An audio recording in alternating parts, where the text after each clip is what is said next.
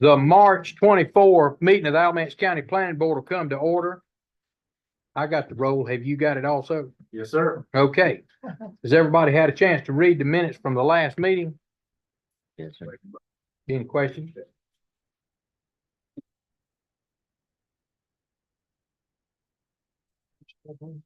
Do what now? I made a motion.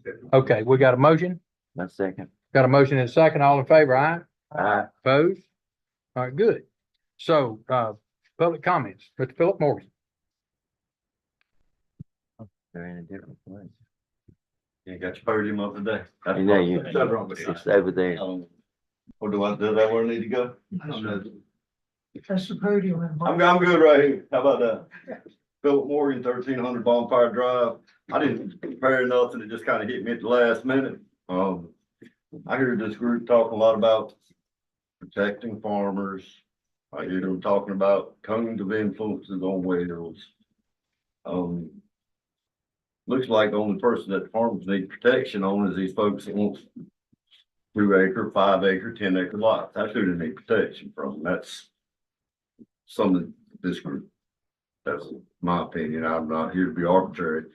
And I hear a lot of stuff on the scare tactics is what y'all use on cones of influences on wells. Yeah, well can, but I mean, we got wells this big that the cities pump water out. They keep on pumping. You don't see sinkholes. So, you know, we're changing something that don't need to be changed. And it would be good for the public to see something legitimate, not scare tactics. Thank y'all. Thank you.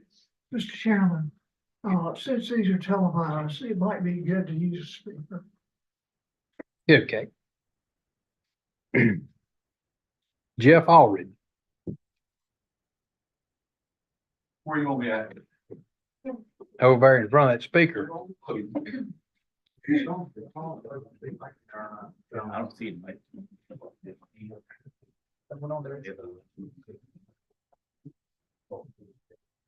Jeff Allred, live in Snow Camp. I'm gonna speak from the position of the property owner. It's your job, you know, you're supposed to be protecting the residents of Alamance County. So let's just take, for example, I got a 200 acre farm. Just say my in-laws deed that to me, or my in-laws, you know, they get bad health and have to sell it, get into a position to sell it. So 200 acres, just say we get 200 lots out of it. But with your proposal, now they're only gonna get 100 lots. So where are you protecting the residents of Alamance County? Either the lot price is gonna go, or the land price is gonna go way down, or the lot price is gonna go way up. So in what arena are you protecting the residents? Because basically what you end up doing is that if the lot prices go way up for a 2 acre lot versus a 1 acre lot, then basically you're saying you don't want poor people in Alamance County. And I don't think that's the case. There's already no affordable housing. I'm a surveyor by trade. I mean, I work with developers every day. And you're seeing a lot of tiny homes, mobile home parks, RV parks. You're seeing a lot of that stuff come in now. And if you were to go to a 2 acre minimum and stuff like that, it's just I'd look at it as a huge detriment. It's a huge detriment to the development side of it, and even more so, you know, nobody cares about the big and rich developer. I understand that. But if you're going with if you're truly being loyal to the citizens of Alamance County, then you got to protect the landowners. I mean, for some landowners, that's all they have. You know, that's their nest egg, that's their 401k, that's their retirement. So, you know, that's just my 2 cents worth. Thank you. Kevin Sasser.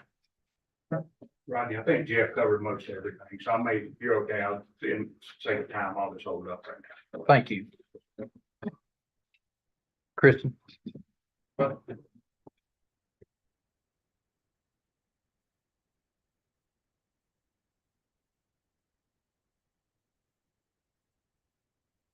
Good evening, board. I prepared a little bit, but a lot of what these guys, I'm sorry, Kristen Faust, I live in Burlington. They covered a little bit. I think some others will probably cover some too, but I'm a contractor here and developer. We do business not only here in Alamance County, but the surrounding counties and beyond that. And we also work for many of the builders that you've heard from and the developers. My husband's a septic tank contractor, so we work around this on a daily basis with these people. We've been listening to the meetings. We've been trying to keep up with everything, and what's trying to take place here. And my understanding, some meetings, there's been a concern of the wells drying up, and septic repair areas that they're not large enough. So, I mean, our opinion of that is, you know, environmental health. I think Rob, he spoke a lot in these meetings. I've heard him. He attests, they evaluate these lots. So they're gonna know what's acceptable and suitable and what's not. We've had subdivisions we're working on where if it's not, we have to we'll combine a lot and make it larger. So, basically they're covering you guys in that. For our team, from jumping from 30,000 square feet up to 2 acres, that's excessive. And to us, it's not in the best interest of the citizens of Alamance County and the business owners. The 30,000, that is what it is. It's a minimum. And that's the smallest you can get, not meaning everybody's gonna do 30,000 lots. On average, the developments we do, and I know a lot of these other guys, on average, they're at least an acre. Sometimes they're an acre and a half. So we feel like an acre would be a good medium if you guys are looking to change, but 2 is just a little excessive. Let's see here. The board, we feel, needs to represent the entire county, not just a few people, and not for any personal agendas. For this to be recommended commissioners, this change, we just think there should be a consensus. And to my knowledge, there's not. I've heard a lot of people speaking out against this. So, I mean, our suggestion, we'd like to see you guys have a roundtable discussion, more discussions with people that are out there doing the business and get more input and insight so we can work together for a good solution. Thank you. Thank you. Nathan Sauter.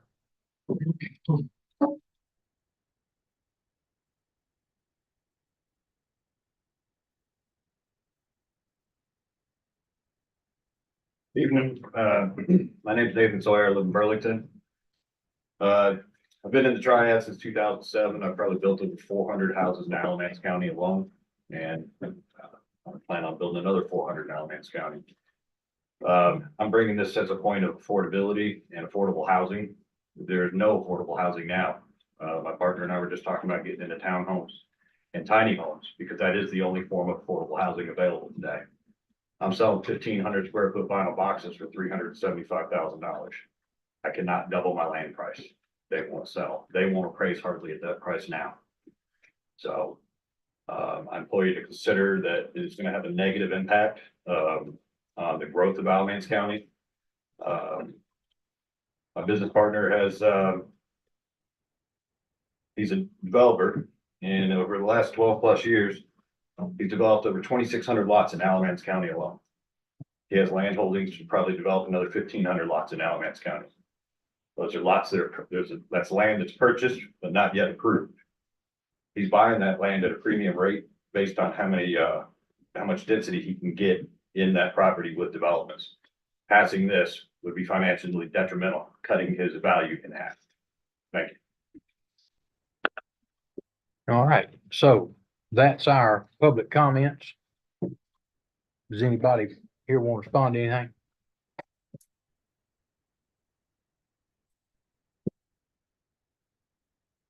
All right. So in this case, you want to move on to the old business? Is she want to say something? Okay, all right. Amy, did you want to say anything? She's hiding over. I couldn't see. I'm fine. I'm sorry. All right. You want to go to the oaths? I think the seats got shuffled. Okay, Yes, sir. Oath should be next. all right. Mr. Mayor? And if you want, Mr. Chairman, I can provide some context for this. So all other board members have been sworn in. North Carolina General Statute 160B-309 requires that advisory boards dealing with land use, development regulations take an oath of office before commencing their duties. The only members that we don't have sworn in yet are Mr. Dodson and Mr. Pierce. Okay. Now we're ready. Y'all ready, buddy?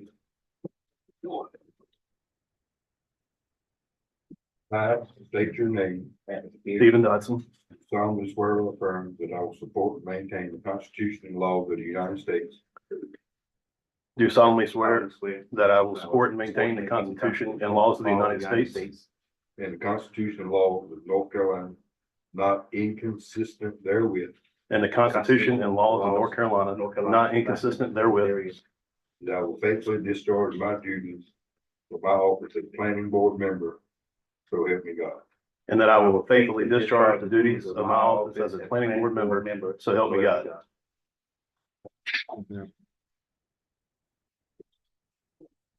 Okay. Congratulations. Appreciate it. Article 2. Thank you, Mr.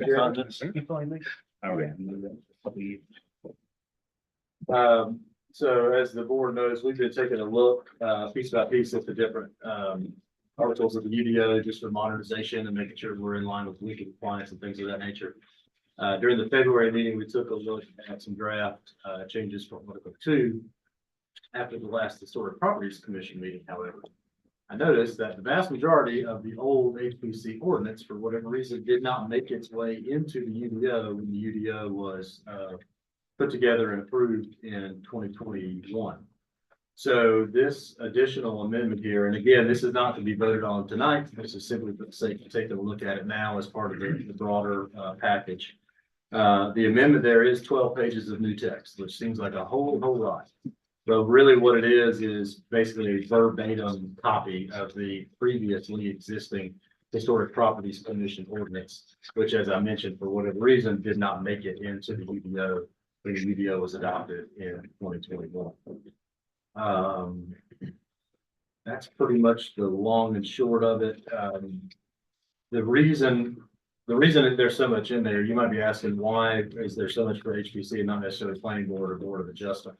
Those other boards have rules of procedure which govern how they operate. The HPC is a little bit unique in that how they operate is governed by Part 4 of Chapter 160B. There's just a lot of legalistic terminology that goes in there, including designating historic property districts, reviewing proposals, sending them on to the commissioners, things that are more legal in nature than just simply electing a chairman and vice chairman and things that you find in rules of procedure.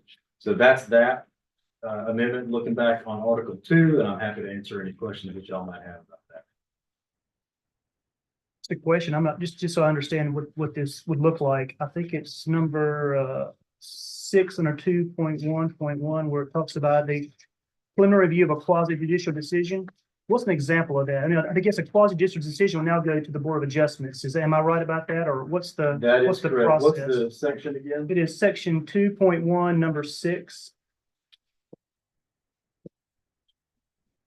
I'm looking at it correctly.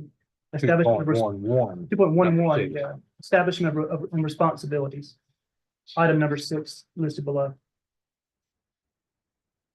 Oh, I see. Yeah, so that is taken directly from General Statute 160B-301. I think what that's speaking to specifically is in a lot of jurisdictions, especially jurisdictions that have zoning, a special use permit typically goes before a planning board for review and recommendation before it goes on to the Board of Adjustment.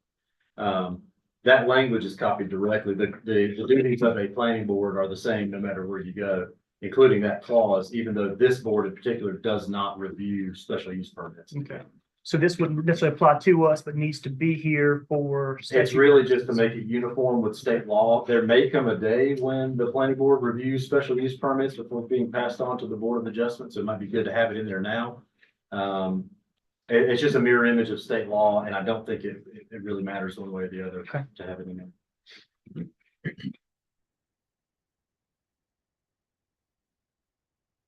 Anybody else got any questions? Some point of clarity, also number 2.1.2, number 3, where it talks about planning board members being full-time residents of Alamance County.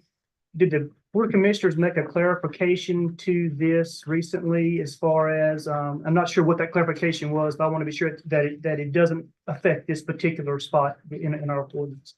I'll speak to that. It does not affect this. So that resolution was, for boards in general. I think it's perfectly acceptable for this planning board to have a more strict requirement that's included here. And this is specifically one of the boards that we felt would need and necessitate a residency in Alamance County rather than folks who on other boards might be able to speak to a subject matter as an expert, but may not necessarily reside in the county. Okay. So I think that should remain. Okay, thank you. Yeah, and just to mention again, so any text that you see there that doesn't have an underline or a strike through would not be changed at all. So any normal text is the existing ordinance as it reads today. Yeah. So there's no proposed change on that at all. Okay, I was just curious, but because there was a change or a clarification made by the county commissioners that it would affect this in any way, I assume that it doesn't, so that's fine. Yeah, I had a question on that same line, that we got 2 members from the planning board from a single township. Since we dropped to 9, is that something that we want to maintain, or did we want to drop it to 7, 1 from each township? Since we only got 9 members, I just, since we went from 13 to 9. Still won't have 13, Oh, it's 13 townships, you still won't have. yeah, I know, but you could have only 5 townships represented with like it stands. I just, what y'all think? So the old number was 3. 3. Yeah. So now we backed it up to 2.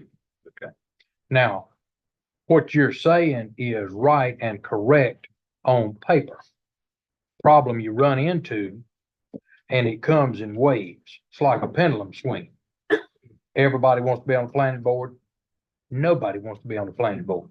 And when you say we can only have 1 person per township, and you go around knocking on doors and say, would you please serve on the planning board? No. Could we get you to serve on the planning board? No. What would it take for us to get you to serve on the planning board? Dissolve the planning board. Then you backed yourself in the other corner. So that's the reason for leaving 2 as an option. Okay. Yep. Did I say that wrong, Mr. Legalese? You did not. Okay. I did have one question, Sir. 2.7, time limits, it talks about. 2.2.7. Correct. G.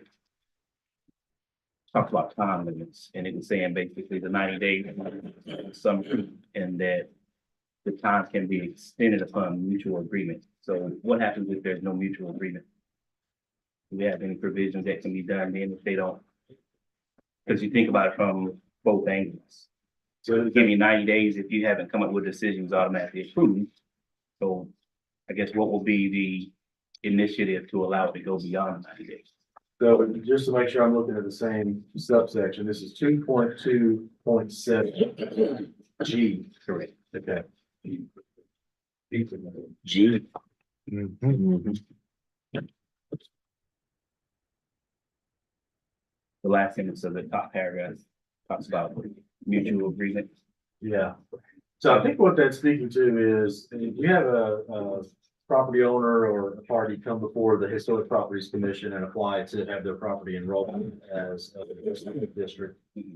If they can't, if the board does not take action within 90 days,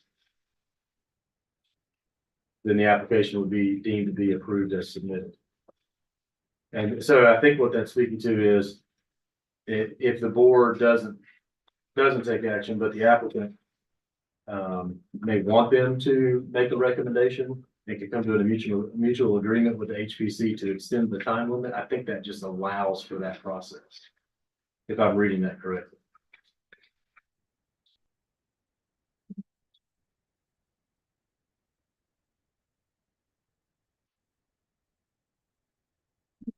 And I think that deals specifically with the HPC issuing certificates of appropriateness. Right, that's, I was just actually looking at that. Yeah. Action and application.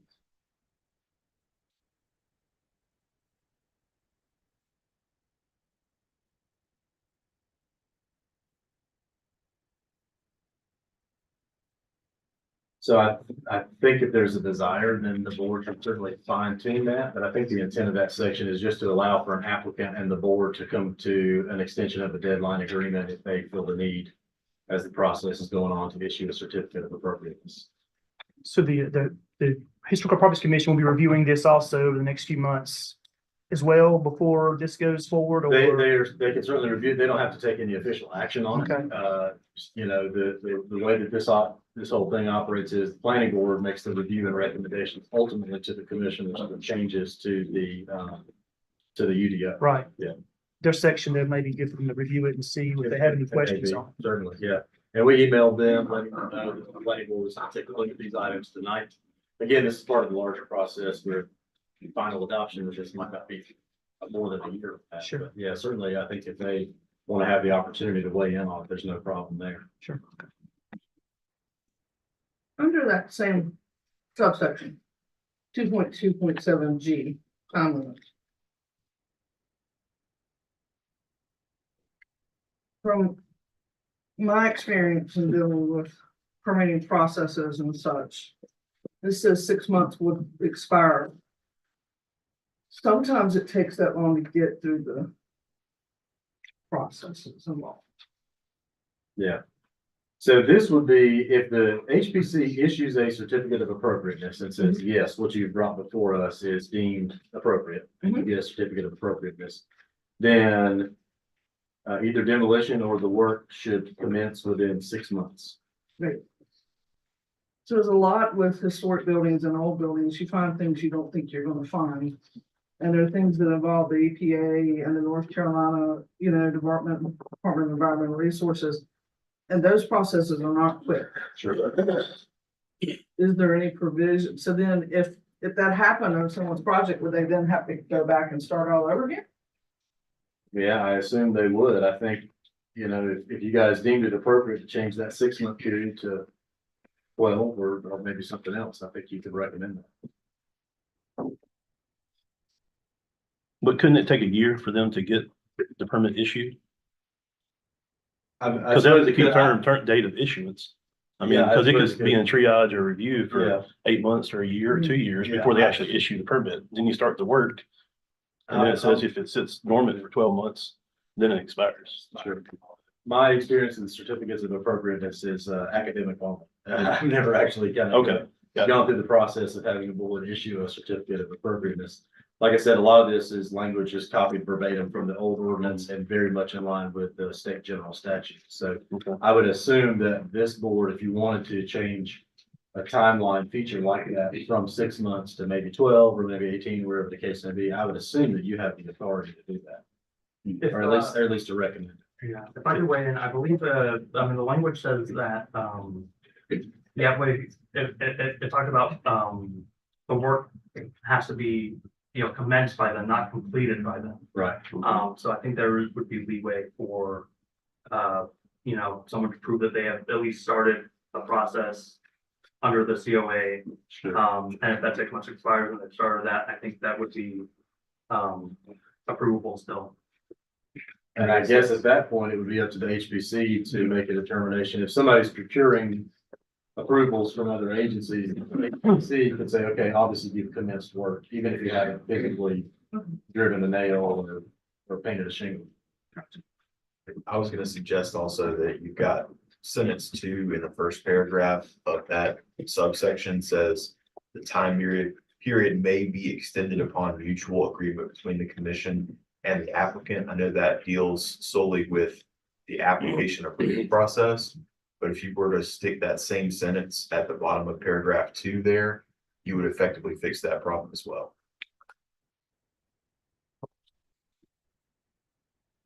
That's why he gets paid the big bucks, right? He knows that stuff.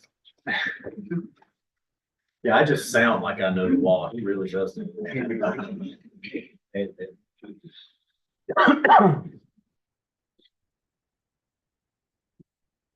The appropriate, we'll need to add that too.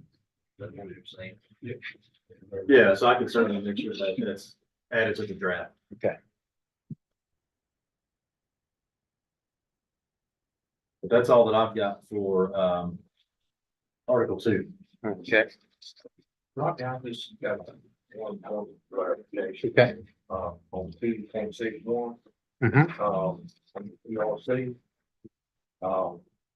You told me that you were just in the liaison. Correct. This is that you're a board member. You're part of the committee. What number again, Henry? Subdivision. Okay, thank you. Membership. Says, who will be a member of TLC shall be considered a subdivision administrator represented from the Yeah. county health department. Yeah. And the county planning. department. So Water, transportation. I just, Yes. that's nothing new, right? That's what it's meant. That's correct. You a member. of that committee, not a liaison. Well, thank you for that clarification. Until something changes, I'm still gonna be just a liaison. I'm just gonna listen. Well, we have a seat at the table, that's what I'm saying. Planning. Last time they had biscuits, they were burnt, so that table seat wasn't worth much. All right, anything else on, HPC? Article 2.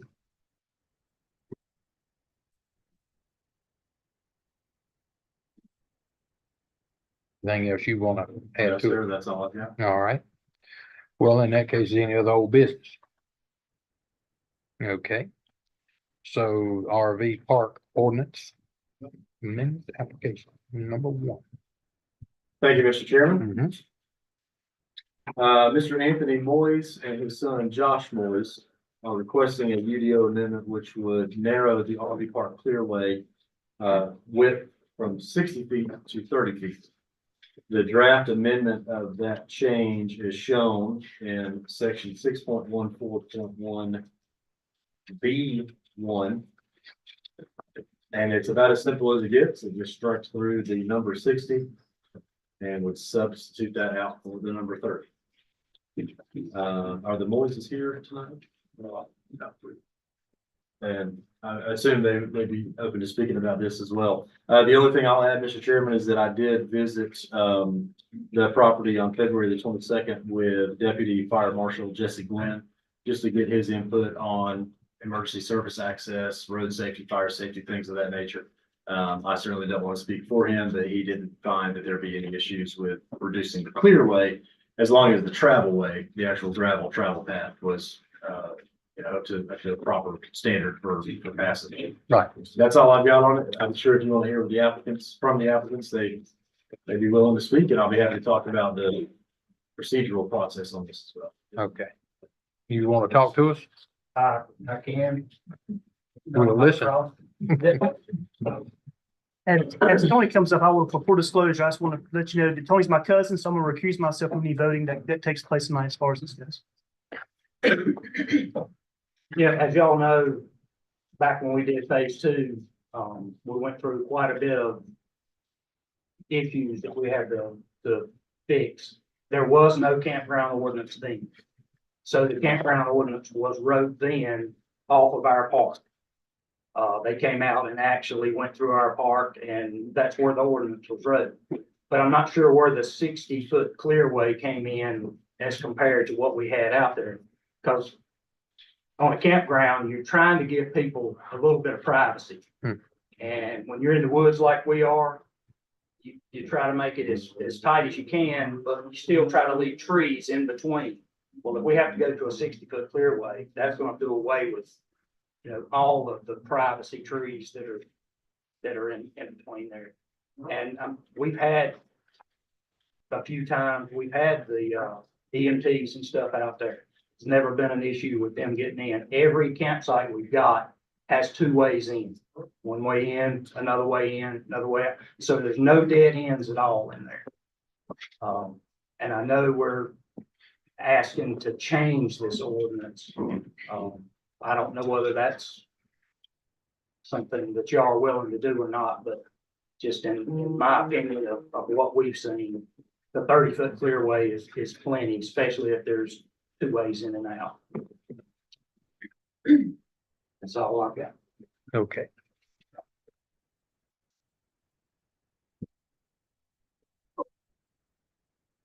So we're looking to, this is looking to change the ordinance or to, amend this particular application for this.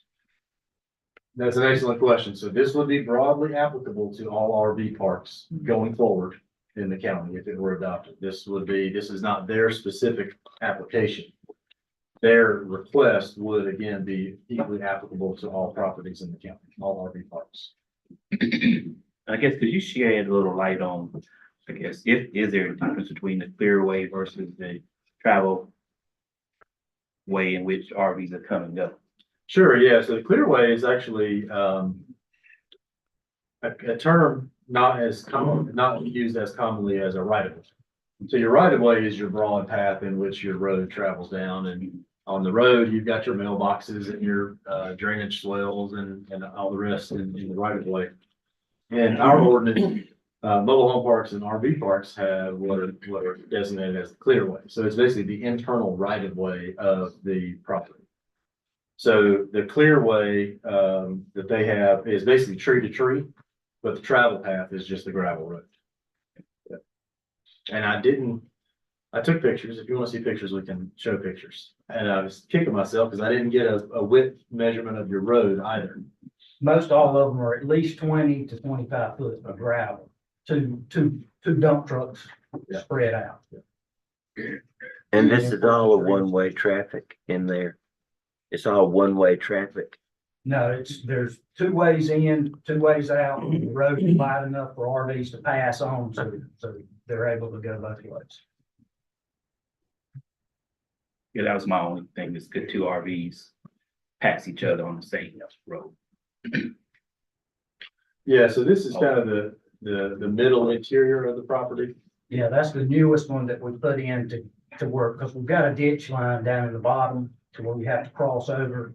So now we've got two ways in and out from the front to the back. And that's all that is that new road. And if I remember correctly, this is a gravel loop that's a little bit north of phase one and phase two, connects Right. phase one and phase two, correct? So Phase three, as you can see, the cleared part, phase three that's what we want to do, phase three. So you'll see that, if you can go back just a second, you'll see the tape measures laid out from that small tree on the left to the larger tree on the right.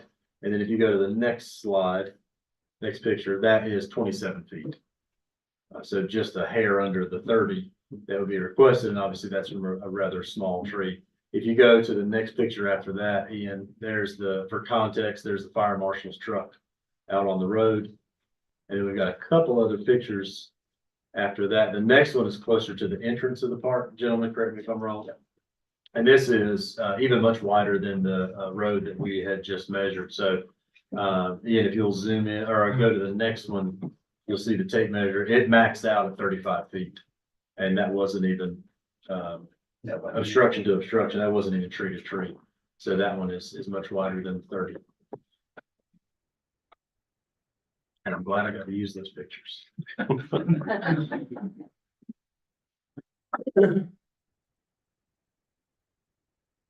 The current ordinance, the travel path is. So, the ordinance doesn't really specify the travel path. If you read down there under section 2, it says within each designated clearway, there shall be a travel way. The travel way shall be maintained for all weather and emergency vehicle access. And then it talks about,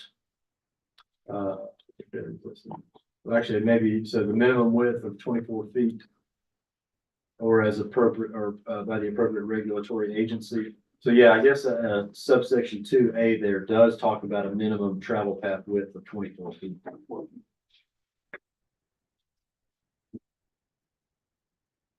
Clearway, the clearway in the ordinance is 60 foot as a Currently, as it exists today, yes, sir. What's the difference between clearway and driveway or roadway? The Can clearway, you give the explanation of a right of way, and this is like a road? like the main road going in and around, that's the clearway. The roads that cut off to the sides for the campsites, that would be the, No, the clearway is like the broad, yeah. wider right of way. Right, it's most similar to a right of way in the traditional road. Then The travel way is the actual gravel path and would be the roads off off that. It's just to keep overhanging limbs and stuff clear, so you don't drive into them. That's the clear way. That's Right. Yeah, twice as much as what the state's got on road we drive up down all the time. on some of them. Yep. Yeah, Yep. that's twice as, that's where I was trying to get at, twice as wide as what the state, except on Front Street and Ospey, they got about 200 feet. Well, that's the thing, like, I don't drive an RV, biggest trailer I pull is a little 12-foot utility trailer, but I'm pretty sure if you can get the 30 or whatever the largest RV is in there, could probably get an EMS truck and whatever else emergency equipment we probably need to. Yeah, that's why I was asking about that question, because mine's 43 footer, and like, if we can pass by each other, sounds like we can, I don't really see that big issue. Well, they can't nothing be over 8 foot wide, that's, It's what, 8.5 foot. yeah, that's. You can drive it down where that, you ought to be pulling all these parts. Yeah. Yes, ma'am. But if we think that the standard should be 30 foot, instead of giving an exemption for this, it seems to me that if this is an acceptable amount of 30 foot, then we ought to change the ordinance to reflect that, because I don't think we should be going against what the ordinance says. That's what he's talking about. Well, they said it would be anyway, I just want to be, is that what we're at, to do is change the ordinance to 30 foot? Yeah, that's what this request is. This is a request to change the ordinance from a 60-foot clearway to a 30-foot clearway. When these gentlemen came in and met with me, I don't believe this is something that we could approve administratively. As staff, we can't just kind of go around the rules voluntarily. And I also, after talking about their development proposal, I'm not sure that they would have a unique hardship such that they would need to get a variance from the Board of Adjustment. So I told them that I thought probably the best course of action would be to request an amendment to the UDO. Now, again, this would change it for every new RV park in the county. This will be the new travel or the new clearway distance for all RV parks in the county. The rule would be uniform for everybody moving forward. Do we know where the 60 came from? Like what the reasoning was? That's a great Criteria question. was for that? Yeah, that's an excellent question, and I'm not really sure. Just for some context, the clearway in the mobile home ordinance is 50 feet back.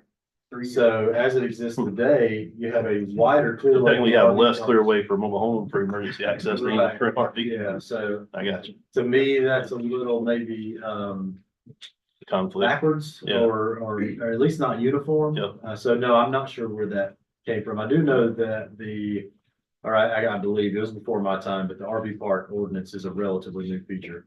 Got the UDO. So that for turnaround, if you go down tree, speaking from experience, can't get to your cul-de-sac, can't go out the other way, have to do a 3-point turn in an RV. Could that be? You don't know. Other question. Road, I'm sorry. Yeah, other question, we make the recommendations to county commissioner, we don't change it. That's correct? correct. Yes, ma'am. Does this need to be addressed with all of the changes to the UDO? Or does this need to be addressed individually? Well, Is there a ultimately, timeline for, This is something For that these needs to be guys. handled right now. ultimately, that's up to you guys. The desire that they've expressed to me, if I remember correctly, is they are ready to begin with phase 3 of their development. So phase 1 and 2 are in place now. They're ready to begin with phase 3. And there's a little bit of a unique lay of the roadway that they want to extend up. And some of the trees you would have to take out to achieve the 60-foot clearway would basically vacate several of your RV It'd be spots. just like a cow pasture. You just take all the trees out. Mr. Chairman, I'd like to make a motion that we recommend changing the fairway from 60 foot, 30 foot, and send that to the commissioners for a change.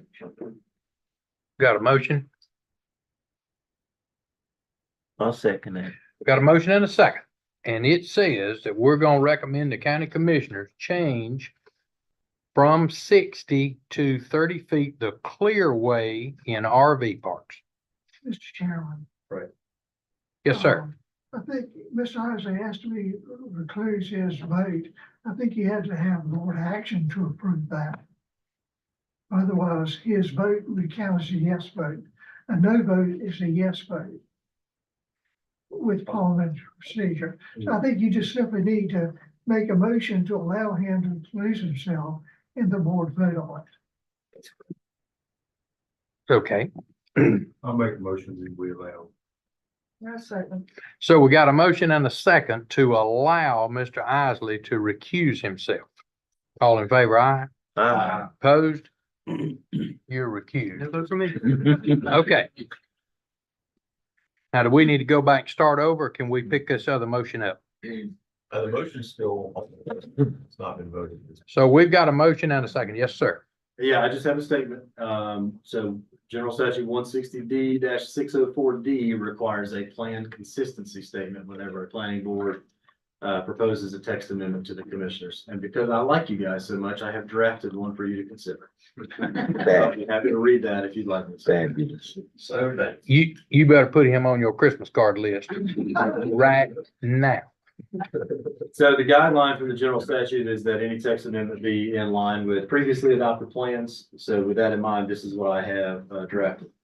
Quote, we find that this amendment is consistent with the Alamance County Land Development Plan, Economic Development Policy Recommendation number 4, which aims to, quote, promote Alamance County's scenic natural areas and recreational assets. This amendment would also maintain the character of recreational vehicle parks while maintaining safety and emergency vehicle access. You don't have to take that verbatim, but that's just drafted for your use. That's my motion. Ditto, right? What he said. Okay. So we're gonna do our consensus thing here. You've heard what Matthew said. Is everybody in agreement with that? Yes. For the justification of making this change? Okay. Is there any other discussion? So we've got a motion and a second to change from 60 to 30 feet, the clearway and RV park. And you've heard Matthew say why. All in favor, aye? Opposed? Okay. So we've got, 7-1 with one recusal. that sounds right. If you're unsure, you can ask for a roll call vote, but it seemed like that was the case to me. Amy's opposed to it. Yeah. Okay. You want to talk about it anymore? I mean, we actually already voted, but I've already voted. okay, all right. Okay, so 7-1 and an abstention. Recusal. All right. In that case, we're gonna move along. Put it back. Can I ask you a question? My back, I'm assuming that doghouse back here somewhere. Does he automatically come back on, or do we need to? He just wanted to recuse himself. He's back in. Okay. I'm back. Okay. Come on, lady. Feels good to be back. Thanks for that point. Can't stop me a little bit. So now you want to talk about Article 3? Yes, sir. Thank you, Mr. Chairman. So as we mentioned earlier, we've been taking a look at proposed tweaks to the UDO on a month-by-month basis. We are in the third month of the year, so we're in Article 3. So just going section by section here, there's nothing really substantial until you get to the non-conforming provisions, and I'll be happy to elaborate on those. But let me just give you a brief summary of the changes to each section of Article 3. So in section 3.1, we replaced the term administrator with planning director or designee, and that is more consistent with other clauses that you find throughout the UDO. It also fixes a typo on the ratio of scale for subdivision plats. It said 1 inch equals 400 feet, but then the numbering was 1 inch equals 4,800. So that's changed. Can I make another point of clarification on that? Yes, sir. Or at least a recommendation? Typically 1 to 400 with no units or no apostrophe or quotations to differentiate between inches and feet. That's a metric use. So I'd say instead of 1:400, make sure it's 1 inch equals 400 feet. I see, okay. Otherwise, the ratio 1:400 is more of a metric use, not a imperial use. I see. Yep. We don't want nothing to do with that metric system. I'm not saying we don't, I'm just saying. That is very useful to know. Section 3.2, this adds much more language and detail for non-conforming lots and non-conforming structures. And this is needed because, without zoning, the non-conforming use guidelines are a lot less relevant than guidelines on non-conforming, lots and structures. So non-conforming use is almost irrelevant because our ordinance doesn't really make a distinction on use, without zoning. But, we may have, homes that were built years and years ago that are technically a violation of setbacks today that would be non-conforming, or a particularly small lot that's less than 30,000 square feet or whatever the case may be, that would be non-conforming. So the provisions that are added in there address those types of non-conforming issues, which are much more common in a county like ours than a non-conforming use. Section 3.3 again replaces administrator with planning director or designee, and transfers the ability to extend a permit by 6 months to the Board of Adjustment. Section 3.4 clarifies that applicants for quasi judicial hearings must have completed plans submitted at least 30 days prior to a hearing. And section 3.5 clarifies that public notifications must be in line with the UDO or other applicable state law and within the time parameters set by that law or the UDO. And that's all that I have here with Article 3.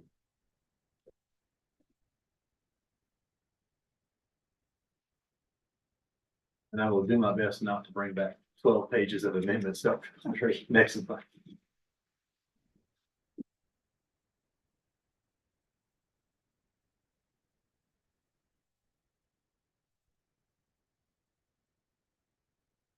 So we've been kind of working through this from a consensus perspective. Everybody good with 2, what we talked about tonight? Ready to stew on 3 a little bit then? I have a, Okay, I have a question on these articles here. sure. So 3.5, the notification procedures. Is the list like 3 or 4 items long, or is it like 20 or 100 items long as far as what triggers a notification in the ordinance?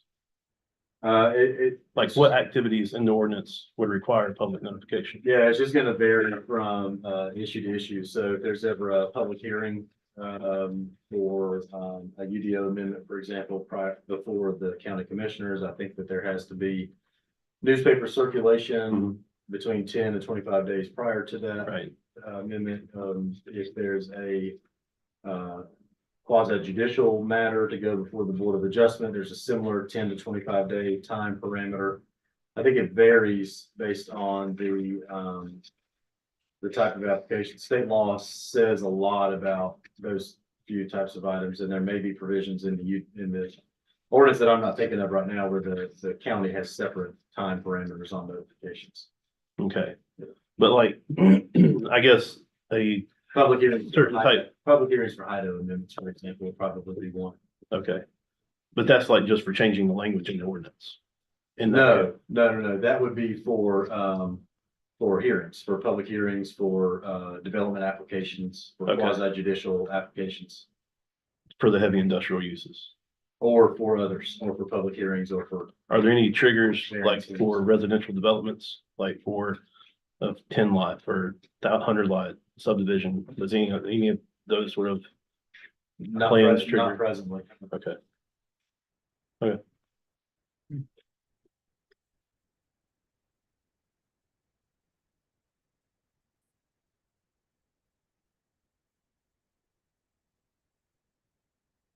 We ready to move on?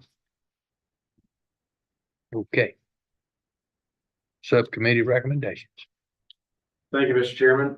I have prepared a brief presentation. I'm happy to give it, but we've also got a guest from our environmental health colleagues. And if you wanted to hear from him first, I'll be happy to defer. It's however you want to run. You want him to give his presentation and see if that prompts any questions? That's fine. Like I said, I didn't bring anything set to discuss, just they asked me to come if there were any questions. Okay.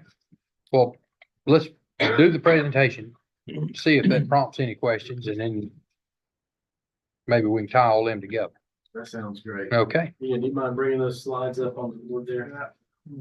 I want to apologize in advance if I'm sipping water halfway through this thing. I've got a little sign of something going on here, so I'm trying to avoid being sick. Cheers. All right. So, where do we begin? So, what I'm prepared to present to you tonight is the goal and recommendations of our lot size subcommittee. Mr. Chairman, you can probably provide more background on this than I can. But Ian, if you'll go to the next slide, please. So just a brief overview of what we'll cover. So I want to start with the goals and recommendations that the subcommittee has put forward. We'll talk a little bit about how we got here, Mr. Chairman. Like I said, you could probably provide more context on that than I can. I will be glad to, on item 3 there, go one by one into the recommendations and give you guys kind of some hypothetical examples on how it would actually play out in real life with a 20-acre lot example. Item 4 there, I think it's important to talk about the timeline for implementation. Obviously, we've touched on Article 2 and 3 tonight and kind of looking at the UDO piece by piece. And this will really be how that fits into there. And then obviously at the end there, question and answer. All right, so just starting with the goal, and this is included in your, basically your final document there in your agenda packet. This is the goal of the work of the lot size subcommittee, and I'll just read it now for everyone. To safeguard agricultural operations, reduce environmental impacts on water resources, reduce impervious surfaces and stormwater runoff, allow for affordable home options, enhance community pride and conservation and preservation, and to better preserve a predominantly rural development pattern through the unincorporated areas of Alamance County. And obviously I underlined unincorporated there because it's important to remember that this is the jurisdiction we're talking about, not in cities or towns or even in the ETJ. This is only be the unincorporated areas of the county. And then moving on to our 4 recommendations there. Number 1, to require a standard minimum lot size of 2 acres for new residential subdivisions. Number 2, to allow for a cluster subdivision option, which would require setting aside open space as part of new residential developments on larger tracts of land. Number 3, to allow for planning board review and approval with conditions. And number 4, to require a 50-foot development buffer from farms, county parks, historic districts, churches, and schools. Now, I had drafted this presentation thinking I was going to give it to another group. That didn't happen. Y'all are the first to see it. I can assure you of that. And this is my brief timeline that I put together. But Mr. Chairman, this is where I will defer to you because, like I said, you got a lot more background on the history of this issue than I do. Okay. Well, a lot of people have already heard this story, but I'll go through it again.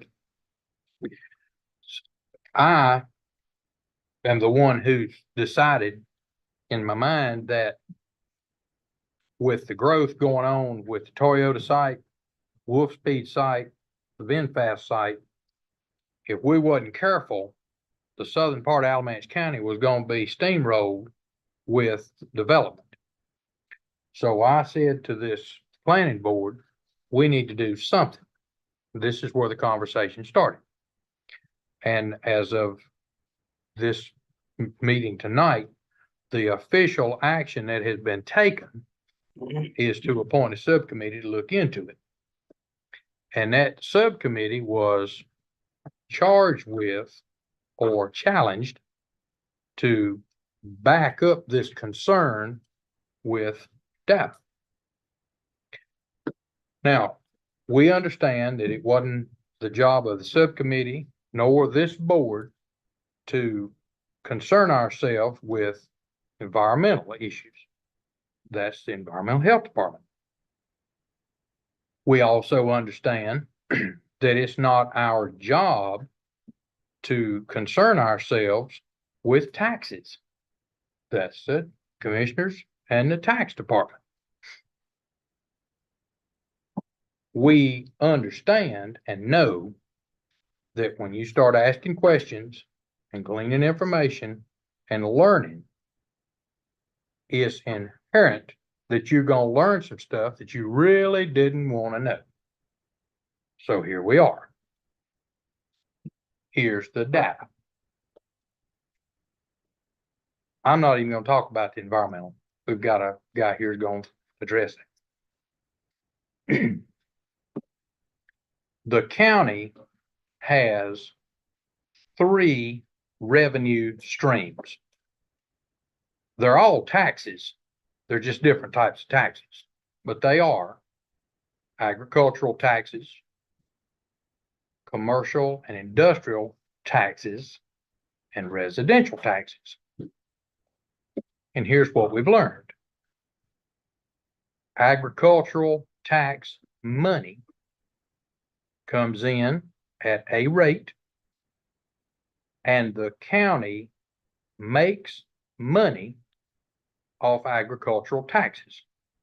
That is, for every dollar of tax money that comes to the county, it costs the county between 50 and 70 cents to administer.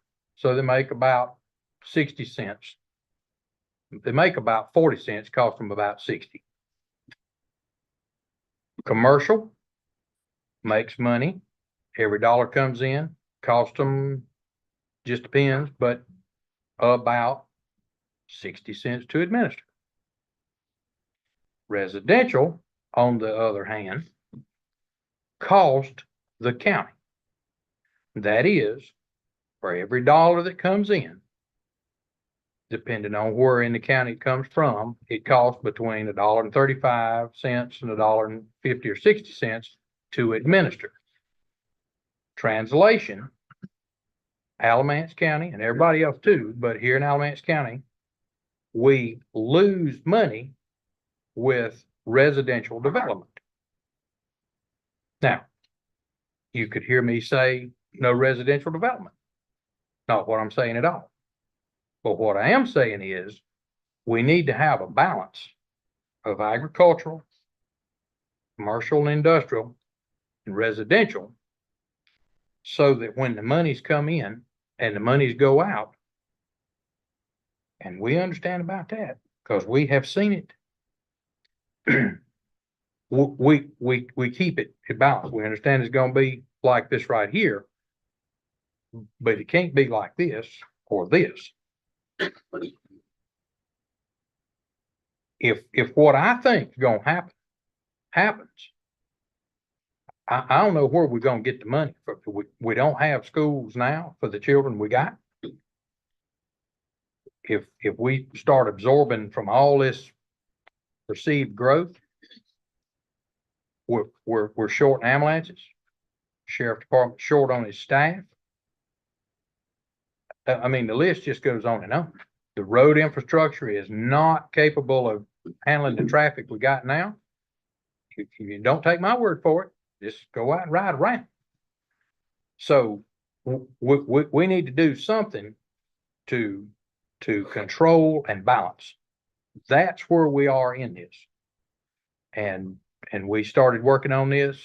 We've had some changes, but this is where we are. And I was the one who proposed the 5 acres in a big subdivision. If you want to develop 300 or 400 acres of land, fine, make big lots. If you're going to do a small subdivision, smaller subdivision, smaller lots. And I appreciate and understand people that have gone out and bought land as investments, planning for this. And I don't want to be ugly to anybody, but I also want to be thinking about the overall population of Alamance County. Because if we ain't careful, we're not going to be able to pay the tax. And when I say we, I'm talking about all of us, the land developers, people that's been here all their life, farmers that are wanting to retire. Nobody's going to be able to afford to live here. And to have a, would you say, 1,500 square foot vinyl house $375,000. Well, we've heard some reports of some land transactions in the last couple of years. It was just, when we heard about it, we went, you're kidding. But it's true. So there we go. Okay. There's the backstory. Some of y'all heard that before. Thank you, sir. All right, Ian, next slide. So this is just the membership of the subcommittee. All right. So as I mentioned a moment ago, just to give you guys kind of a clinical example of how this would function were it to be adopted, we've got a hypothetical 20-acre lot here, and we're just going to take 4 different views at it based on the 4 recommendations from the subcommittee. So you got your 20-acre lot here, and with the standard 2-acre division, you've got your 2-acre lots on the left, and then roughly a 10-acre remainder on the right. Now, one thing that was talked about in the subcommittee that is still an open question, and perhaps your debate will resolve this or maybe get to it, is will there be a cap on how many lots can be created? In other words, if you're going to have a 2-acre minimum with a cluster subdivision option or other options, what might be the cutoff? Now, as of right now, we don't have a firm answer to that. Right, and so just a hypothetical question for you guys to seriously consider. So we go back to our 20-acre lot. This is allowing for the cluster subdivision option.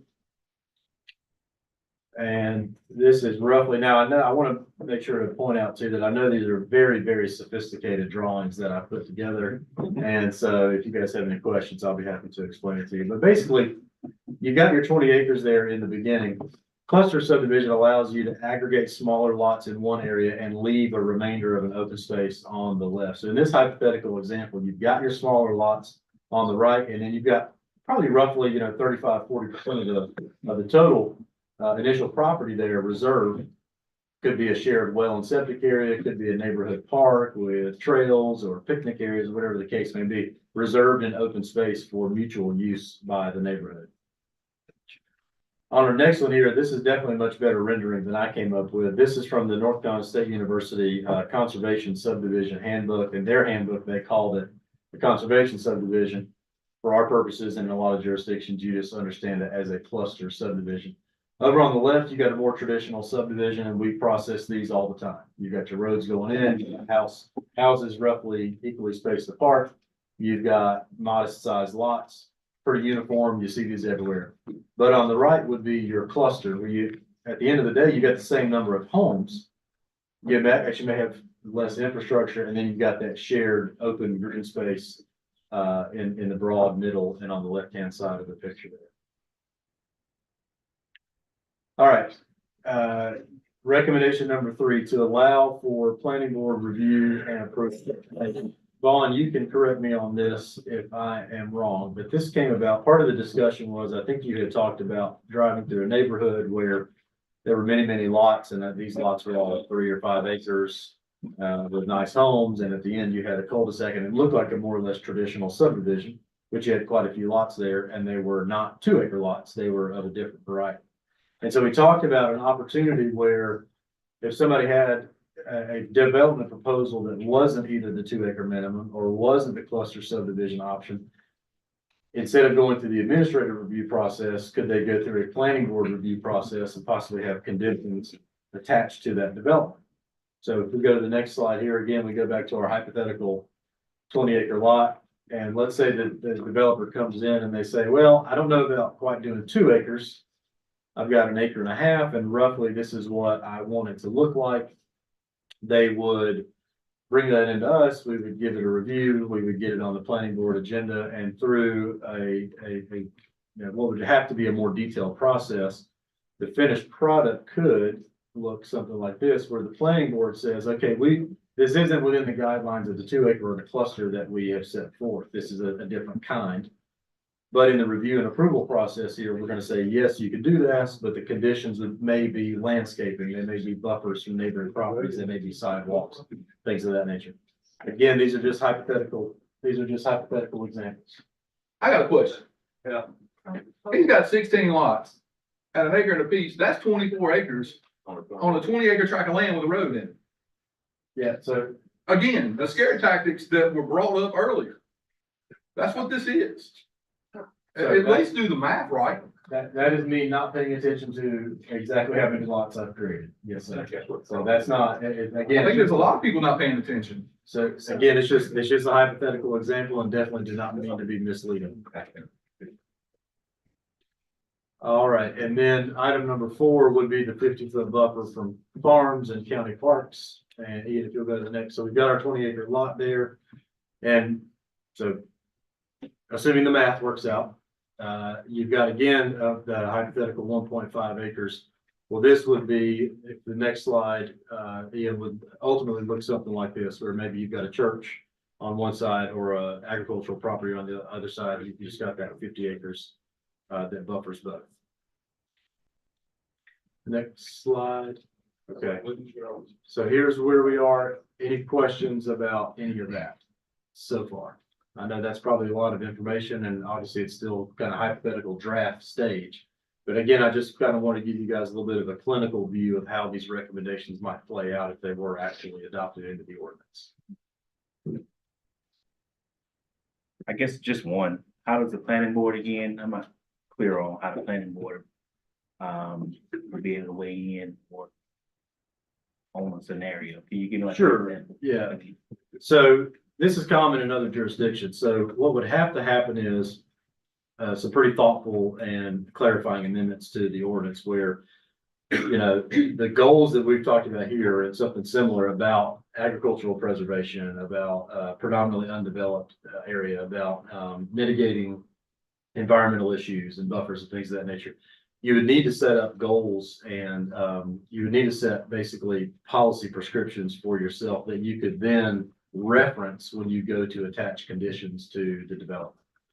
This is very, very common in jurisdictions that have zoning, especially jurisdictions that have conditional rezoning. Prior to the final approval, the governing board and the developer, not always, but in those processes come to a conditional agreement before the final approval goes through. This process would be very similar to that, where instead of the administrative track where we would approve it, if it's a more conventional subdivision, they could come before the planning board and the planning board could approve it and have the opportunity to attach conditions relative to the development. And there will be final approval from the planning board at that point. Is that correct? If that's what the ordinance read, then yes. How would that process work in conjunction with the TRC? That's an excellent question. Doesn't the TRC kind of already serve that capacity? Well, the TRC, you know, gives initial recommendations on items that might be needed in terms of NCDOT compliance, environmental health compliance, building code compliance, things of that nature. It would all just be in the details of the process. Could it go from TRC to planning board ultimately? Sure. Just like now it goes from TRC to ultimately staff approving. So TRC would be more technically based, whereas a review by the planning board would probably be more subjective. Sure. Okay. All right, regarding the timeline, so this is going to be a little bit redundant because I know that we've talked about it, but I think it's important to see the calendar. And Ian, you can go ahead and click to the next one if you want. So obviously here we are in March and we're looking at Article 3. The conversation that we had on the lot size subcommittee is that this would be, if it's even seriously entertained, would be once we get to that provision of Article 6.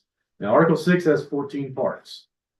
1 through 14 there. So what we've talked about is breaking it up, you know, 1 and 2 in May and then so on and so forth. So hypothetically at this rate, we would seriously be talking about this in September, maybe even October timeline.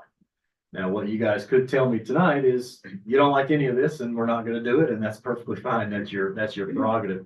But I just wanted to give you a hypothetical calendar there. And that's pretty much it.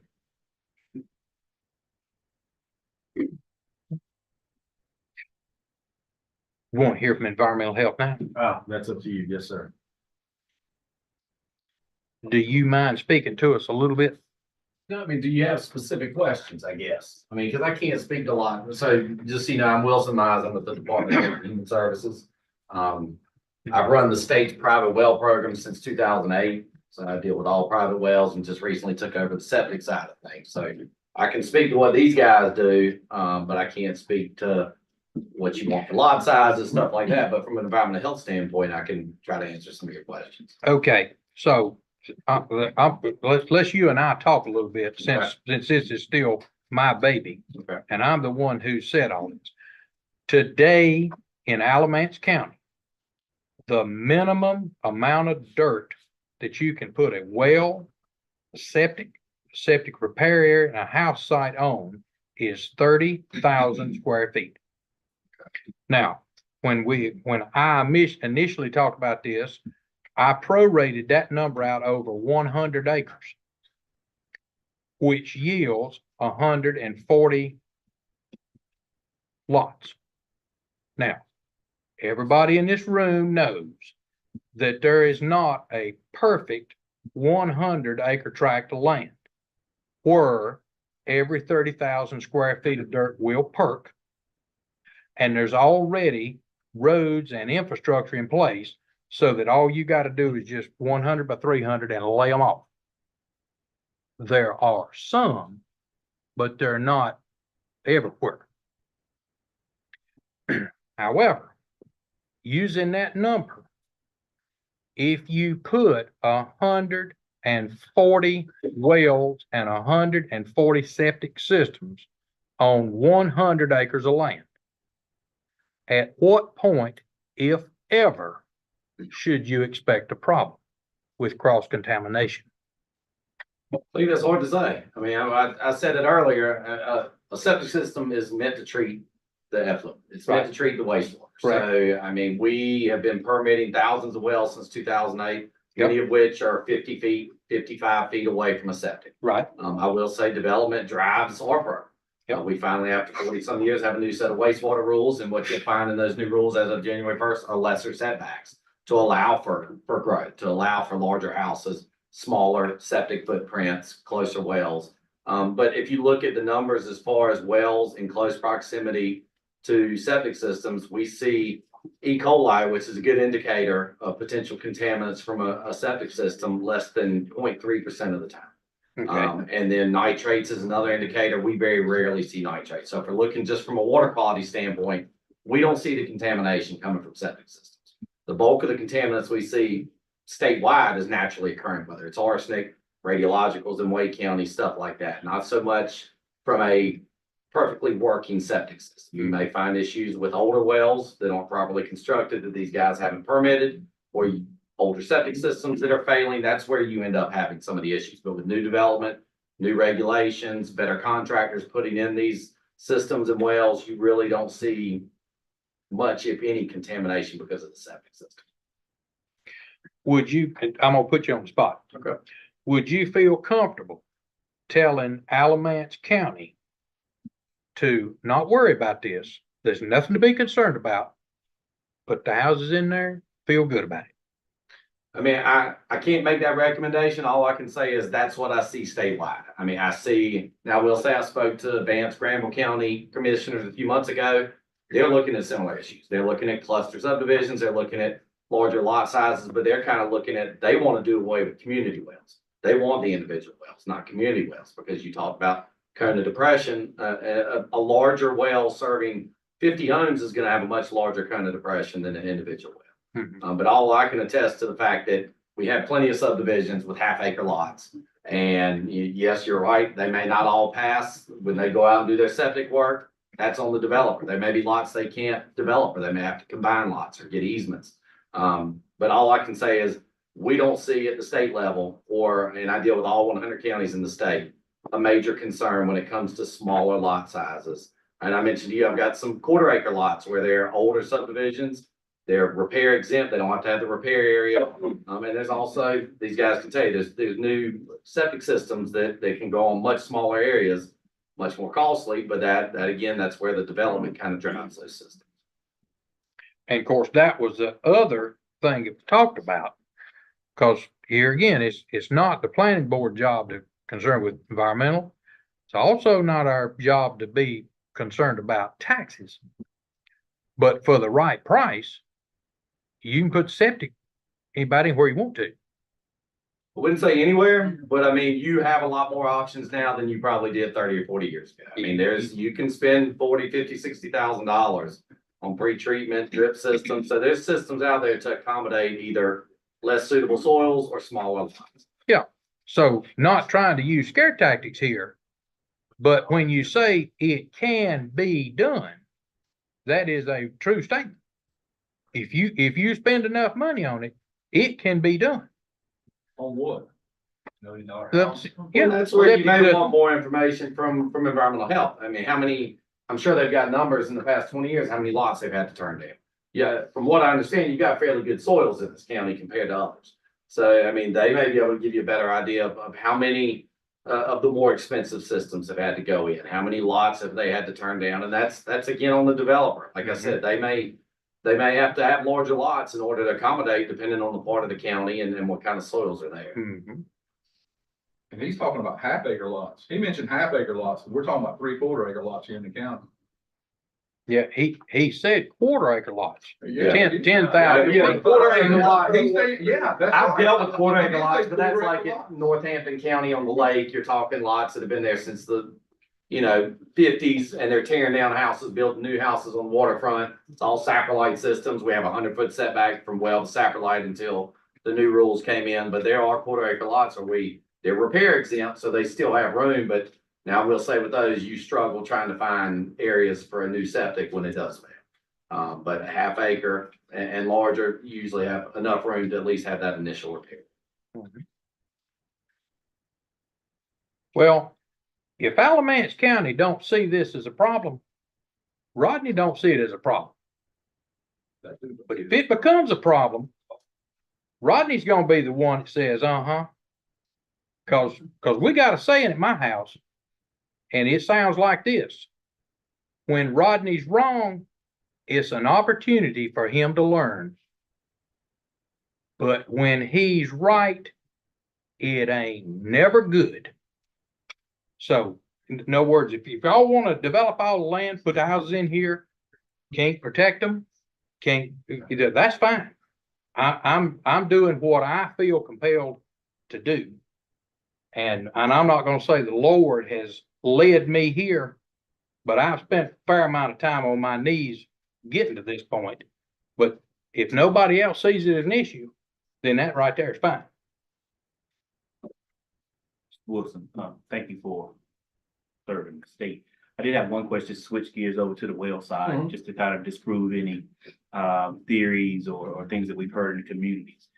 Do you have any concerns or any thing to support the claim about having multiple holes in a given area that affects the water table? So that's always a concern. But without data, it's hard to say. I mean, I'll give examples. Wade County is doing a 5-year project with USGS to basically map out wells in their countywide and see water level trends. They want to see the more wells that's going in. Obviously, you're pumping that water table down. There's a lot of factors that come into play when it comes into recharge of our groundwater resources. And it's dependent upon areas in the county too. If you're near lakes, they may recharge more quickly. So there's a lot of factors, but without the data, without actually looking at groundwater recharge for extended periods of time, it's just hard to say because it's different from one county to the next. I mean, I can go right down 85 to Creekmore and they're in that Triassic Basin. You can drill wells 1,000 feet deep all day long there and not hit any water. So that's just because of the geology. But you in this area have much more likely chance of hitting water. I don't think y'all have a lot of problems when it comes to drilling dry holes. There's a few areas here that you might, but that's just, again, dependent upon the geology. I guess, have you heard any neighborhoods across the state that are more dense than what we even being considered, that had issues because of the amount of holes? There was a few situations in Wake County years ago, and they actually did research on that. They established what was called a well interference ordinance, trying to look at subdivisions going in. The problem there was you had the large capacity wells. You had several community wells that came in, and as they started pumping hundreds of thousands of gallons a day, it did bring the water table down in an area where it was much higher originally. And so some of those shallower wells did go dry. So there is a risk there. But when you come to a subdivision with all private wells, all individual wells, the cone of depression is minimal on those. You're usually not affecting neighboring wells. That's not to say it never happens, I mean, a lot of that is again dependent upon if your neighbor drills 300 feet and I drill 700 feet and I start pulling that water down and pumping a ton of water on my property, I could affect their well because it's shallower. Mr. Henry. Well, there's been a lot of talk about these septic tanks and about these wells, and there's one point that nobody seems to realize and understand. This 2 acres is about preserving Alamance County's heritage. And what the rural does county, where I live in the county. If we continue to allow all these developments on these small lots, what is our county gonna look like? Do we want to maintain our rural status, or do we want to become Greensboro? Do we want to let Burlington annex the whole darn county in? Or whatever. It don't work for me. It works for you because you want to make big dollars. Buy you a big lot. You know, you want to make big dollars. That They ain't got what you're at. they got farmland preservation. We're not in discussion. Hey, you're talking. Well, I'm making. You're the one talking, boss. That's right, so let me talk. So, what we're trying to do here is have a fair representation. There has been many surveys and stuff done in this county, and the consensus of this county is that they want to maintain the rural part of this county. Now, you got plenty of room inside the city of Burlington, inside the annex areas, that you can go and develop these parts where you got water and septic without any problems, regardless of what is said about water and septic. It's going to be a problem down the road. And who's going to be responsible for taking care of it? The citizens of Alamance County, because they're going to want to run sewer out there to these places where they can't do it. We already got problems already in Mebane already with the development, where they can't get no water and the septic tanks, the repair areas are not there. But my concern is about keeping the heritage of this county like it is, rural, a farming, rural area. So when you ride through the country and people come from up north and everywhere else, and that's what they enjoy, come out to see this open area. We could have these developments and have them back off the road with like these diversions and stuff that have been shown, and maintain this, and we can all work together. But I live in the southern part of the county, and they're going up everywhere, and I know for a fact to farm this land, that land won't work. But yet they're putting septic tanks in left and right. They had to blast rock out of the ground to put the power lines in on the mountain over there, but yet that's perfect. Folks, I'm just saying, the 2 acre is not out of reason.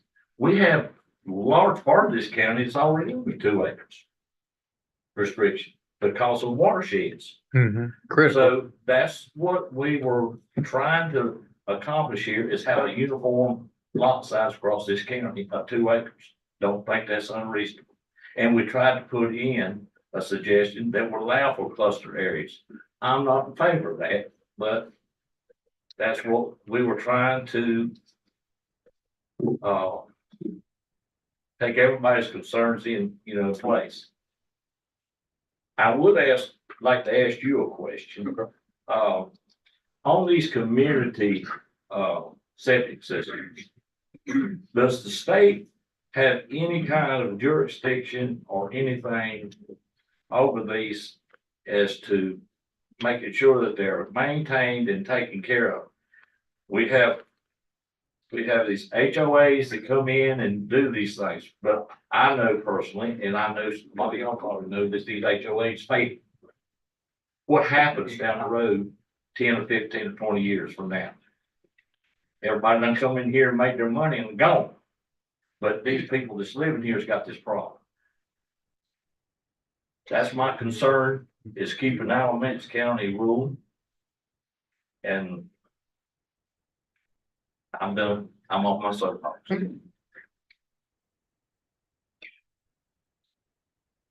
Question. I don't think I have an answer to that. Would you want to answer about that? Yeah, I mean, it just depends on the system. There's certain operation and maintenance requirements for septic systems, large septic systems. But I can't speak for if an HOA falls apart, what happens there. I would have no clue. Isn't there a required testing and reporting system for community wells that? Yeah, so the difference Well, of community wells, 15 or 15 so. connections or 25 or more people. So generally, public water supply looks at 1,500 or more. They have to meet the Safe Drinking Water Act. So they're gonna have an operator. Generally, they're run by a company like Aqua, one of those larger companies. They have an operator that comes out, samples it, provides water quality data. Private well isn't required by law to meet any water quality standards. So if you drill your own well and I tell you there's a problem with it, it's up to you to decide if you want to install treatment. But you have every right to drink that water as is. Well, I would like to make one other comment that I know to be fact. And Ms. Wilby, you're welcome to chime in with me. The state thought that this was a big issue that was coming down about water in Wales, in which they tried to impose a law that would put a meter on your well, the well that you dug, that you couldn't use for somebody's water out of your rain. The Farm Bureau fought this thing hard and it didn't come to pass. But the state, the powers to be, are looking at this. And this is a possibility that it could come back down the road again. That's correct. They wanted to not only meter your well, they wanted to meter your farm pond and any other infrastructure you had that was water resources, because their claim was that agriculture was the largest user of the water. Who is the they bone? What entity is that inside But the government? the Diener, Okay, Dana. but you know what we negotiated with them from Farm Bureau was do a water survey and let's find out who is the actual user of the water. And it turned out about 1% of the water use was from agriculture, municipalities, and the Pepsi plant, the car washes, things like all those kinds of things were the larger users of water. And the agriculture was, yeah, you ride by and you see a great big irrigation gun and that looks like a lot of water. And it is, but it's not, they're not running water every day. And they're not running water every week necessarily. So it's not a thing right now, but it could rear. They wanted to take control of all of your resources, all of your infrastructure that you paid for, your well, your pond, your pump system, and they wanted you to pay them to use your own resources, which was not fair. So that's not a thing anymore. Not right now.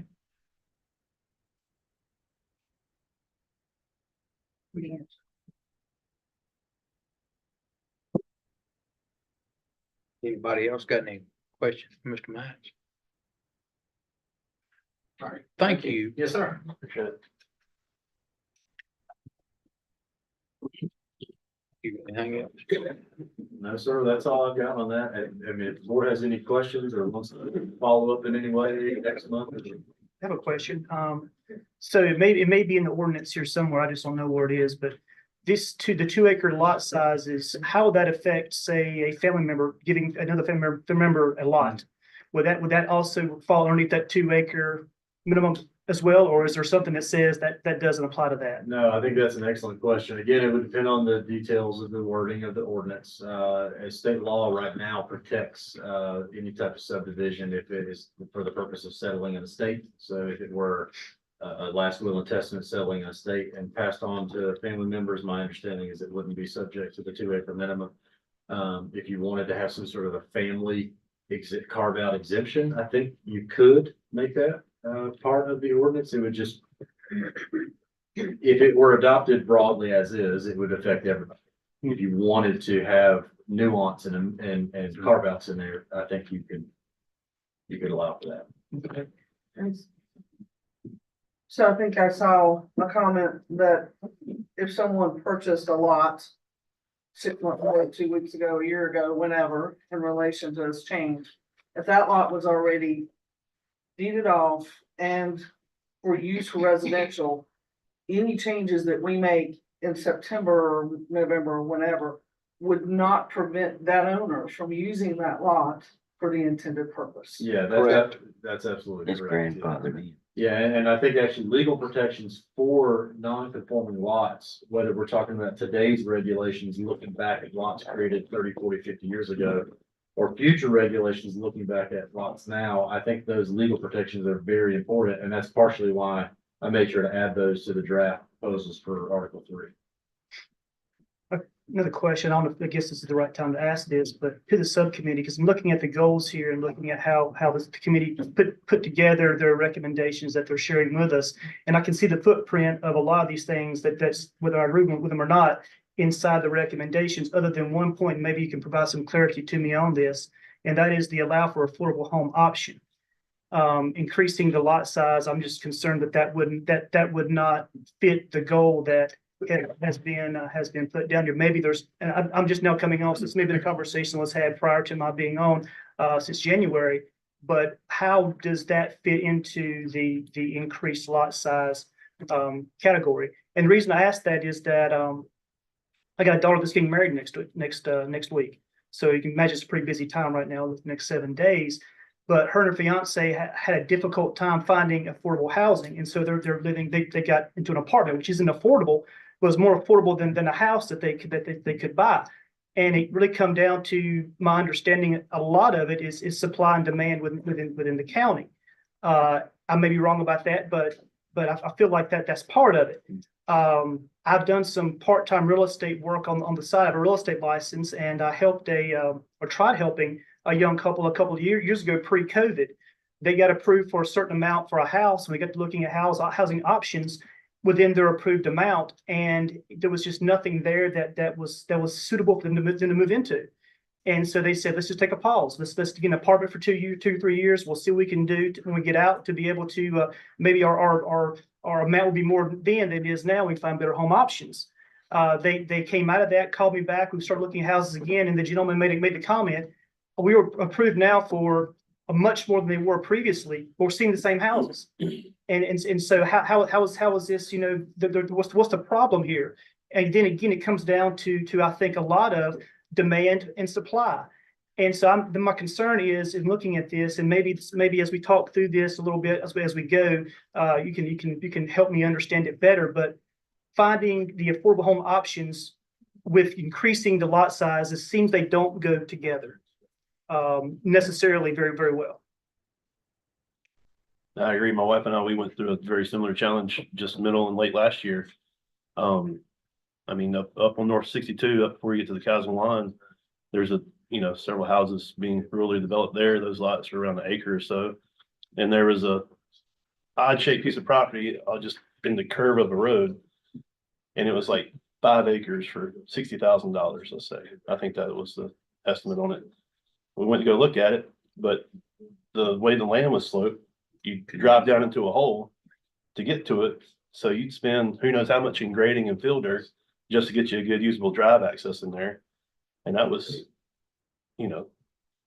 what's that math work out to? $13,000 per acre in the rural part of the county. I mean, it's just, I don't know, the larger lot size seems to be counterintuitive to that sense, in my opinion, when you're trying to have an affordable option. When you're talking about the land, look at, it's only like maybe a tenth, maybe not even a tenth of 1% of what that cost of that $300,000 house is. No, it's way more than that. $20,000, you pay $20,000 for a lot. Where?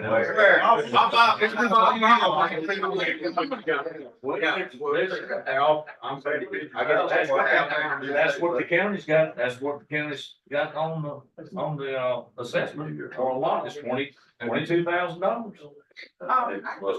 Tax value, that's not retail. Yeah, now, I don't know what y'all paying for with your lots, but. But,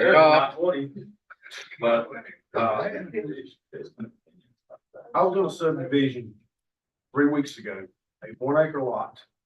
Trees, no driveway, no house, no well, no septic system, 1 acre lot, $60,000. Yes, sir. And that was in Snow Camp, North Carolina. Sir.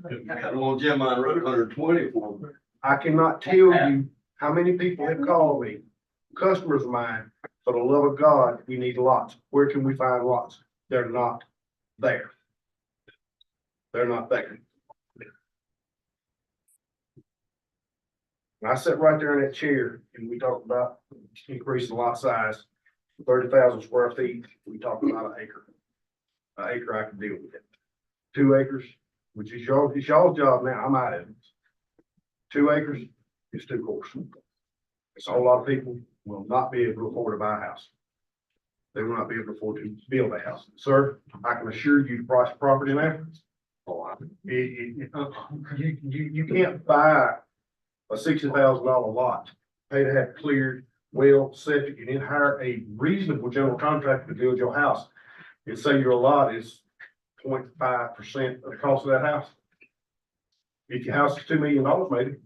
But you're paying that farmer $10,000 an acre for his land and you're charging 60. I got a better idea. There ain't nothing, you can't buy, there ain't nothing. You buy it yourself, that way you can control it, you ain't gotta worry about it. I got my name. Okay, thank you, Mr. Cobb. Yes. Let me ask a question this way. Sure. If I may. Eat round, easy numbers. Let's just say you have a 200 acre tract. If you're trying to preserve, say, all right, 200 acres, side by side, you got 100 acre lot next to each other, right? If you're trying to preserve the farmland, let's say it's all farmland now, and someone wants to buy 100 acres to develop 100 lots, let's say, but then you increase it to 2 acres in size. Well, then, okay, they just pay more money, buy twice the amount of land to get the same number of lots, just bigger lots. If the goal is to preserve the farmland, would it not make more sense to retain the smaller lot to have the 100 acres saved for farming and have the other 100 acres for housing? What you've just described is the conundrum we've been struggling with the whole time. Because as it was pointed out, not so too awfully long ago, there are situations where that dirt is somebody's retirement program. Right. And we come in here and say, you can't do this, you can't do this, you can't do this. Well, that's cutting off his or her or their retirement. That ain't what we want to do. But whether you put 100 houses on 100 acres of land or 100 houses on 200 acres of land, there's no rural integrity in that. There's really not a lot of rural integrity in putting 20 houses on 100 acres of land, which was my original proposal. That you get big subdivision, go to 5 acre lots. Now, if you clustered them and put 20 houses here on an acre apiece and had 80 acres of open space, somebody coming from way out of town might see that as kind of country. But you understand what I'm saying. I get you. Yeah, I get you. So we can't write words on a piece of paper and preserve the rural integrity of Alamance County and allow people to sell their land for their retirement program or allow people to buy land and do with it as they see fit. And that goes back to where we're talking about initially. We got to find a balance of residential, agricultural, commercial, and industrial from the tax perspective. We got to find a balance where we've got wells and septic, we've got municipal water and sewer. We got to put all this together, and we want him, her, or them to be able to get their retirement and say, here's this point hadn't been made. I'm kind of surprised that it hadn't, but $60,000 an acre for land for a lot, for 1 acre lot. Well, that's fine. but the guy that tended that land all his life, he didn't get that 60,000. And everybody in this room knows that, and he might have got, yeah. Nobody tended that land on the side of a mountain. Okay. That right there, you see it. It doesn't matter. The It farmer doesn't also didn't get all the invoices for the roads, Right. the infrastructure, Same opportunity. surveying fees, all that, they don't have all that on paper. You're right, what you're saying, but the point was geriatric discrimination. Keeping the guy from getting his retirement out of it. You're 100% right about, he didn't get all them expenses. That's right. Can you explain that? Because he's got the same opportunity that the developer's got. If he wants to develop. Other comment about number 4. Yeah, I mean, point of order, public comments over, is this one? I just got one comment, sir. Okay, You need to check on what farmland is, what raw farmland is bringing in Alamance County today. It will knock your socks off. It's bringing $14,000, $15,000, $19,000 an acre. And you can, it's, I don't know what we're gonna do, but I grew up here. But you're messing with the working people being able to have a home. I have And a, I don't know how you're gonna slow the growth down. We got red dirt here. And red dirt hurts. And there's, I'll make a motion with it. right, I second. got a motion and a second. From the public. I did have public comments and I'm not being rude. They don't care nothing about anybody's vote. Sounds like a personal agenda to me. So far it is personal, It is. because the only official action this board has taken is to appoint that subcommittee. Who's that involved? Say it again. Who all is that involved besides you guys? Do we have a motion on the floor? The only people for it are you guys. No, wait, hold on a minute. The only people for it is, I'll second her motion to adjourn. You made it, I second, but that's okay. okay, we got a motion and a second. All in favor, aye? Opposed? Okay, now the meeting's over. There you go. If y'all had enough, you go. Right now, the personal agenda is me. The only thing the group has done is appoint that subcommittee.